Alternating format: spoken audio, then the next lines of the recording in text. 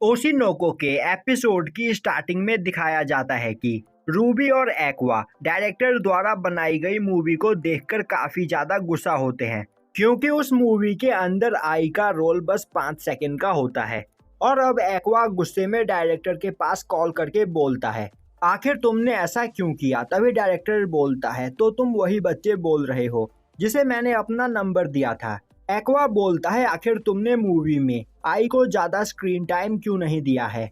यह सुनकर डायरेक्टर उसे बताता है कि उन लोगों को आई के कैरेक्टर को मूवी से हटाना पड़ा, क्योंकि आई बहुत ही ज्यादा खूबसूरत है और अगर वह मूवी के अंदर आई को ज्यादा स्क्रीन टाइम देते तो लोगों का पूरा ध्यान मेन कैरेक्टर से हटकर आई पर ही चला जाता। इसीलिए उन्होंने आई को ज्यादा स्क्रीन टाइम नहीं दिया। यह सुनकर एक्वा शांत होते हुए बोलता है, मैं तुम्हारी बात समझ गया, पर मुझे अभी भी अच्छा नहीं लग रहा है। डायरेक्टर बोलता है, बच्चे, यह मूवीज की दुनिया इसी तरह काम करती है। हमें यहाँ पर फूक फूक कर कदम रखना पड़ता है और लोगों के लिए एक इल्यूजन क्रिएट करना पड़ता है जिसमें फंसकर लोग हमारी मूवी ज्यादा से ज्यादा देखें, और यही बिजनेस है।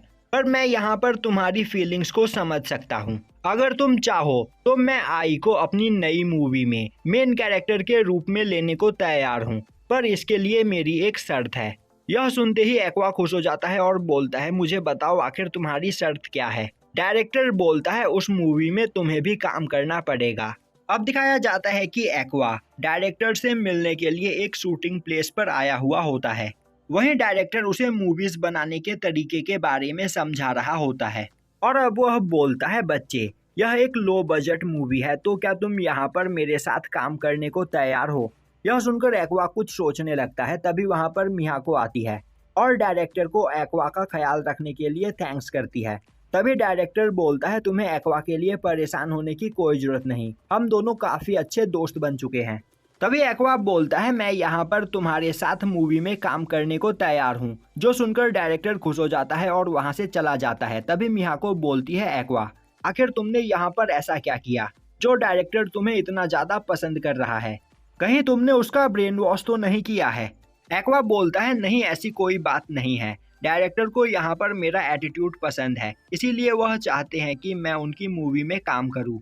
अब हमें दिखाया जाता है कि आई मूवी की शूटिंग में गई हुई होती है। वहीं पर एक्वा रूबी का ख्याल रख रहा होता है। तभी वहां पर रूबी रोने लगती है और बोलती है कि वह अपनी मदर के पास जाना चाहती है।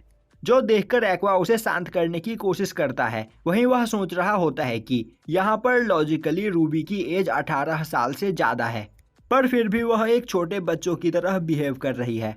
तभी उस जगह पर एक लड़की आते हुए चिल्लाते हुए बोलती है, यहाँ पर रोना धोना बंद करो और यह बच्चों के खेलने की जगह नहीं है।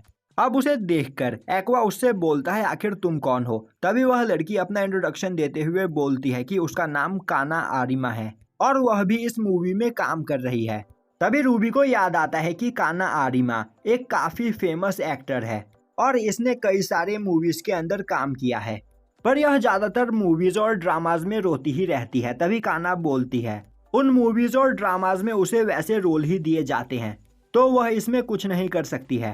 तभी रूबी बोलती है, पता नहीं क्यों काना मुझे बिल्कुल भी पसंद नहीं आई। एक्वा बोलता है, तुमने बिल्कुल सही कहा, तुम्हारे अंदर एक्ट्रेस बनने का एक नेचुरल टैलेंट है, तो तुम्हें इसकी जगह इस मूवी में काम करना चाहिए था। तभी काना बोलती है, मुझे पता है तुम दोनों यहाँ पर किस बारे में बात कर रहे हो। जब मैंने पहली बार इस मूवी की स्क्रिप्ट को पढ़ा था तो स्क्रिप्ट के अंदर तुम्हारा कोई भी रोल नहीं था, पर फिर बाद में अचानक से तुम्हारा इसमें रोल आ गया और मैं जानती हूँ कि तुमने यह रोल पाने के लिए अपने किसी कनेक्शन का इस्तेमाल किया है। तुम जैसे लोग जिनके अंदर कोई भी टैलेंट नहीं होता है, वह अपनी जान पहचान का इस्तेमाल करके मूवीज के अंदर रोल हासिल कर लेते हैं, जबकि तुम लोगों को आता जाता कुछ भी नहीं है। और अब वह एक्वा की बेइज्जती करते हुए वहां से जाने लगती है। तभी रास्ते में उसे एक लड़की दिखाई देती है जिसने कई सारा सामान उठाकर रखा होता है। अब उसे देखते ही काना बोलती है, यह लो मेरा बैग और मुझे मेरे सेट तक छोड़ कर आओ। वहीं वह काफी ज्यादा एटीट्यूड में बात कर रही होती है, जो देखकर रूबी और एक्वा को बहुत ही ज्यादा गुस्सा आ रहा होता है। और अब रूबी बोलती है, बड़े भाई, क्यों ना हम दोनों मिलकर इसे यहीं पर मार दे, और तो और यह हम दोनों से बड़ी भी नहीं है, तो हम इसका खेल काफी आसानी से खत्म कर सकते हैं। अब हमें शूटिंग का दिन दिखाया जाता है और इस मूवी के अंदर एक्वा को एक रोल मिला है क्रीपी चाइल्ड का। वहीं उसके साथ काना भी यही रोल परफॉर्म कर रही है और उनका काम यह है कि वह जंगल में एक लड़की से बात करके उसे डराकर वहां से भगाएंगे। और अब शूटिंग स्टार्ट होती है, तभी काना और एक्वा दोनों चलते हुए उस लड़की के पास जाती है और अब काना काफी खतरनाक बातें करते हुए उस लड़की को डराने की कोशिश करने लगती है। वहीं पर उसकी एक्टिंग काफी ज्यादा अच्छी होती है, जो देखकर एक्वा सोचने लगता है यह सच में एक जीनियस है, इसके सामने मैं कुछ भी नहीं। और अब वह वहां पर अपने डायलॉग्स को याद करने की कोशिश करने लगता है, जिसके बाद डायलॉग्स बोलने की बारी उसकी आती है। पर उसे एक्टिंग करना नहीं आता, इसीलिए वह सिंपली नॉर्मल तरीके से वह सभी डायलॉग्स उस लड़की के सामने बोल देता है। वहीं वह सोच रहा होता है यह देखकर डायरेक्टर मुझ पर गुस्सा हो जाएगा, जिसके बाद मैं उससे बात करके रूबी को इस मूवी में जगह दिलवा दूंगा। वहीं पर आसपास मौजूद सभी लोग एक्वा के डायलॉग को सुनकर बहुत बुरी तरीके से डर चुके होते हैं। वहीं डायरेक्टर सोच रहा होता है भले ही एक्वा कितना भी काइंड पर्सन क्यों ना हो, पर उसका दिल बहुत ही ज्यादा डार्क है और मैंने यहाँ पर जिस तरह के डायलॉग्स उसे बोलने के लिए दिए हैं उस तरह के डायलॉग्स उस पर शूट करते हैं। वहीं एक्वा के डायलॉग्स को सुनकर उसके सामने खड़ी लड़की भी डर चुकी होती है और अब शूटिंग के खत्म हो जाने के बाद वह एक्वा से बोलती है तुम सच में कमाल के एक्टर हो, तुम्हारे डायलॉग्स को सुनकर मैं सच में यहाँ पर डर गई थी। दूसरी ओर काना काफी ज्यादा गुस्से में होती है और अब वह डायरेक्टर के पास जाकर बोलने लगती है कि वह इस सीन को दोबारा से शूट करे, क्योंकि एक्वा ने इस सीन में उससे ज्यादा अच्छी एक्टिंग की है, इसीलिए वह दोबारा से इस सीन को शूट करवाकर एक्वा से अच्छी एक्टिंग करना चाहती है। पर स्टाफ के सभी लोग उसे पकड़कर अपने साथ ले जाते हैं। अब हमें दिखाया जाता है कि शाम को एक्वा डायरेक्टर के साथ बैठा हुआ होता है। वहीं डायरेक्टर बोल रहा होता है कि इतनी कम एज में ही काना को फेम का नशा चढ़ गया था और वह अपने सामने किसी को भी कुछ नहीं समझती थी, पर तुम्हारी एक्टिंग को देखने के बाद वह यहाँ पर समझ गई है कि उसकी एक्टिंग इतनी भी ज्यादा अच्छी नहीं है, इसीलिए अब वह आगे से और भी ज्यादा मेहनत करेगी। एक्वा बोलता है काना सच में टैलेंटेड है और मैं उसके सामने कुछ भी नहीं, यहाँ तक कि शूटिंग के दौरान मैंने तो एक्टिंग भी नहीं की। डायरेक्टर बोलते हैं एक्वा तुम्हारे अंदर यह एक नेचुरल स्किल है और मैं तुम्हें लिखकर दे सकता हूँ कि तुम फ्यूचर में एक बहुत बड़े एक्टर बन सकते हो। एक्वा बोलता है मैं एक्टर बनना नहीं चाहता क्योंकि मैं एक झूठी लाइफ नहीं जीना चाहता हूँ। अब हमें दिखाया जाता है कि काना शूटिंग खत्म होने के बाद अपने घर की ओर जा रही होती है। वहीं वह सोच रही होती है कि एक्वा तुम बस यहाँ पर इंतजार करो, फ्यूचर में मैं और भी ज्यादा मेहनत करके तुमसे भी अच्छी एक्टर बनूंगी। अब सीन शिफ्ट होता है और एक्वा हमें बताता है कि लोगों ने कहा कि मैंने उस मूवी में काफी अच्छा काम किया है, पर आई की वजह से वह मूवी एक सुपरहिट साबित हुई, जिससे डायरेक्टर और उसकी टीम को काफी ज्यादा फायदा हुआ। डायरेक्टर ने मुझसे कहा था कि मेरे अंदर एक्टिंग की नेचुरल टैलेंट है, पर उस मूवी में आई की एक्टिंग देखकर सभी लोगों के होश उड़ गए थे और उस मूवी के सुपरहिट होने के बाद आई और भी ज्यादा फेमस हो गई और अब कुछ ही महीनों में वह पूरे 20 साल की होने वाली है। और तभी एक्वा अपने पिछले डेथ के बारे में रिसर्च करता है, जिससे उसे पता चलता है कि उसकी पुरानी बॉडी पुलिस को अब तक नहीं मिली है। तो आखिर मेरी वह बॉडी गायब कहाँ हो गई, मैं तो उस क्लिफ के नीचे ही मरा था। अब कुछ दिनों के बाद हमें दिखाया जाता है कि आई एक्वा और रूबी को स्कूल भेजने के लिए तैयार कर रही होती है। वहीं रूबी स्कूल जाने के लिए बहुत ही ज्यादा एक्साइटेड होती है। तभी एक्वा बोलता है इसमें खुश होने वाली क्या बात है, हम बस किंडरगार्टन स्कूल जा रहे हैं। अब दिखाया जाता है कि एक्वा और रूबी किंडरगार्टन में एक झूले पर बैठे हुए होते हैं। तभी एक्वा बोलता है रूबी तुम सच में बालक बुद्धि हो, तो मुझे सच सच बताओ पिछले जन्म से लेकर अब तक तुम्हारे पास तुम्हारी सभी मेमोरीज है, तो यहाँ पर लॉजिकली तुम्हारी एज क्या है।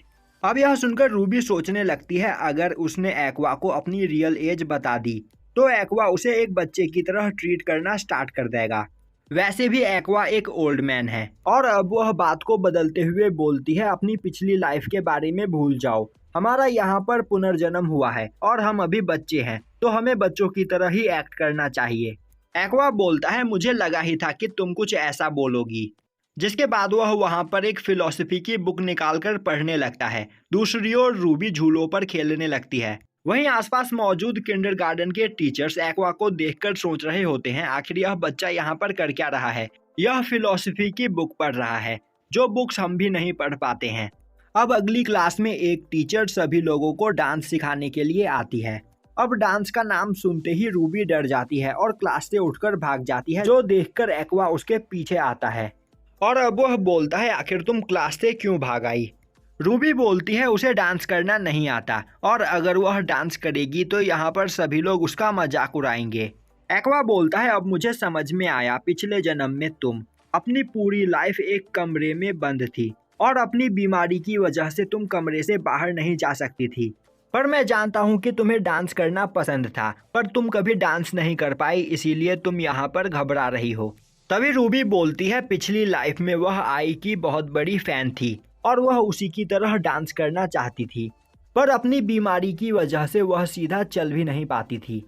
उसने कई बार डांस करने की कोशिश की, पर वह अपने पैरों पर भी खड़ी नहीं हो पाती थी, इसीलिए अब उसे डांस करने से डर लगता है। एक्वा बोलता है वह तुम्हारे पिछले लाइफ की बात है, जिसमें तुम्हारी बॉडी बहुत ही ज़्यादा बीमार थी, इसीलिए तब तुम डांस नहीं कर पाई, पर इस लाइफ में तुम्हारे पास एक हेल्दी बॉडी है और तुम यहाँ पर जो चाहे वह कर सकती हो।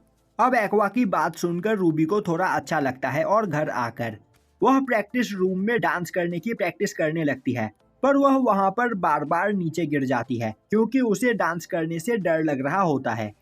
तभी वहाँ पर आई आ जाती है और रूबी को देखते हुए बोलती है क्या तुम यहाँ पर डांस की प्रैक्टिस कर रही हो, चलो हम दोनों एक साथ डांस करते हैं और हम दोनों यहाँ पर मेरे एक पुराने एल्बम सॉन्ग पर डांस करेंगे। जिसके बाद आई रूबी को डांस स्टेप बताने लगती है, पर वह कुछ डांस स्टेप गलत कर रही होती है, जो देखते ही रूबी उसे सही करती है। अब यह देखकर आई उससे बोलती है तो क्या तुमने मेरी इस एल्बम को देख रखा है, क्योंकि तुम्हें मेरे सभी डांस स्टेप के बारे में पता है। रूबी हाँ में जवाब देती है। वहीं वह सोच रही होती है कि अपनी पिछली लाइफ में उसने आई के एक एक वीडियो को कम से कम 1000 बार देखा होगा, क्योंकि उसके पास यह करने के अलावा कोई दूसरा काम नहीं था। तभी प्रेजेंट टाइम में आई रूबी को वहां पर डांस करने के लिए बोलती है, जो सुनकर रूबी उस डांस स्टेप को करती है, पर तभी वह नीचे गिर जाती है। अब यह देखकर आई बोलने लगती है रूबी आखिर तुम यहाँ पर डर क्यों रही हो, तुम्हें देखकर ऐसा लग रहा है जैसे यहाँ पर गिरने की तुम्हारी आदत हो गई हो, तो हिम्मत करो और खड़ी होकर डांस करो। वहीं रूबी सोच रही होती है पिछली लाइफ में उसने कई बार इस डांस स्टेप को करने की कोशिश की है, पर वह हर बार नीचे गिरी है और अब उसे यहाँ पर डांस करने से डर लगने लगा है और इस बारे में सोचकर वह रोने लगती है और यहीं पर यह एपिसोड खत्म हो जाता है।